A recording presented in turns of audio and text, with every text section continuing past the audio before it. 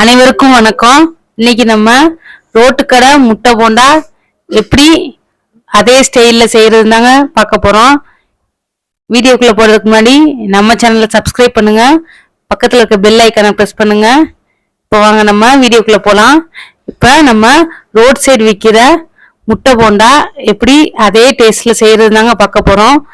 வீடியோவை ஸ்கிப் பண்ணாம பாருங்க. இதுல நான் ஒரு சூப்பர் இன்கிரீடியன்ஸ் சொல்லியிருக்கேன், அதை ஃபாலோ பண்ணீங்கன்னா நீங்க ரோட்டு கடை ஸ்பெஷலா விற்கிற முட்டை போண்டா அதே ஸ்டைல்லே நீங்களும் செய்யலாம். இப்போ வாங்க நம்ம வீடியோக்குள்ள போகலாம்.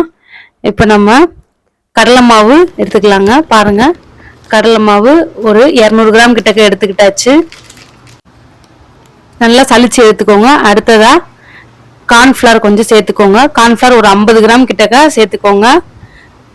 200 கிராம் கடலை மாவு, 50 கிராம் கார்ன்ஃப்ளவர் போட்டாச்சு.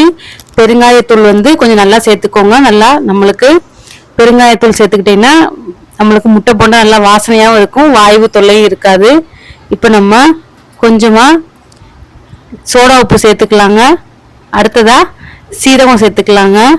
பாருங்க, அடுத்ததாக நம்ம முட்டையெல்லாம் கட் பண்ணி எடுத்து வச்சுருக்கோங்க. இந்த மாதிரி கட் பண்ணி எடுத்து வச்சுக்கிட்டாச்சு வேக வச்சு.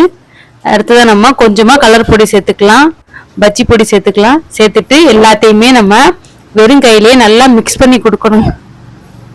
ஒரு 100 கிராம் கிட்டக்க அரிசி மாவை இதோட சேர்த்துக்கிறோனுங்க. சேர்த்துக்கிட்டு நல்லா எல்லாமே மிக்ஸ் ஆகிற மாதிரி நல்லா கிளறி கொடுத்துருங்க. நல்லா ஒரு கிளறிட்டு அப்புறமா நீங்கள் தண்ணி ஊற்றி மிக்ஸ் பண்ணணுங்க. பாருங்க, இப்போ கொஞ்சம் கொஞ்சமாக தண்ணியை சேர்த்துக்கிறோனுங்க. ஒரேடியாக தண்ணி ஊற்றாமல் கொஞ்சம் கொஞ்சமாக சேர்த்து நல்லா நம்ம பிசைஞ்சு கொடுத்துக்கிறோனுங்க. கட்டி இல்லாமல் பாருங்க, நல்லா பிசைஞ்சு கொடுத்துக்கிறணும். கொஞ்சம் கொஞ்சமாக தண்ணி தெளித்து பிசைங்க. தண்ணி அதிகமாக ஊற்றிட்டீங்க அப்படின்னா போண்டாக்கு மாவு ஒட்டாது. அப்புறம் முட்டையில் நீங்கள் டிப் பண்ணி எடுக்கும்போது ஒட்டாது. இப்போ கொஞ்சமாக தனி மிளகாத்தூள் கொஞ்சம் சேர்த்துக்கலாங்க. உங்களுக்கு காரத்துக்கு தேவையான அளவுக்கு தனி மிளகாத்தூள் சேர்த்துக்கோங்க. இப்போ நம்ம பேனில் எண்ணெய் ஊற்றி அடுப்பத்தை வச்சு பாருங்க, எண்ணெயை நல்லா காய வச்சுருக்கணுங்க. இப்போ நம்ம ரெடி பண்ணி வச்சுருக்க மாவு பாருங்க, முட்டையை கட் பண்ணி எடுத்துக்கிட்டாச்சு.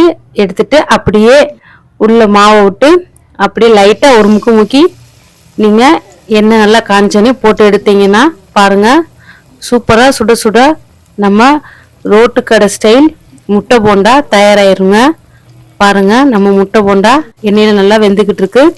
இந்த மாதிரி எல்லா மாவுலையும் நீங்கள் முட்டையை கட் பண்ணி வச்சு எடுத்துருக்கத போட்டு டிப் பண்ணி எடுத்துட்டு நீங்கள் எண்ணெயில் போட்டு பொரிச்சு எடுத்தீங்கன்னா சூப்பராக தயாராகிருங்க நம்ம முட்டை போண்டா.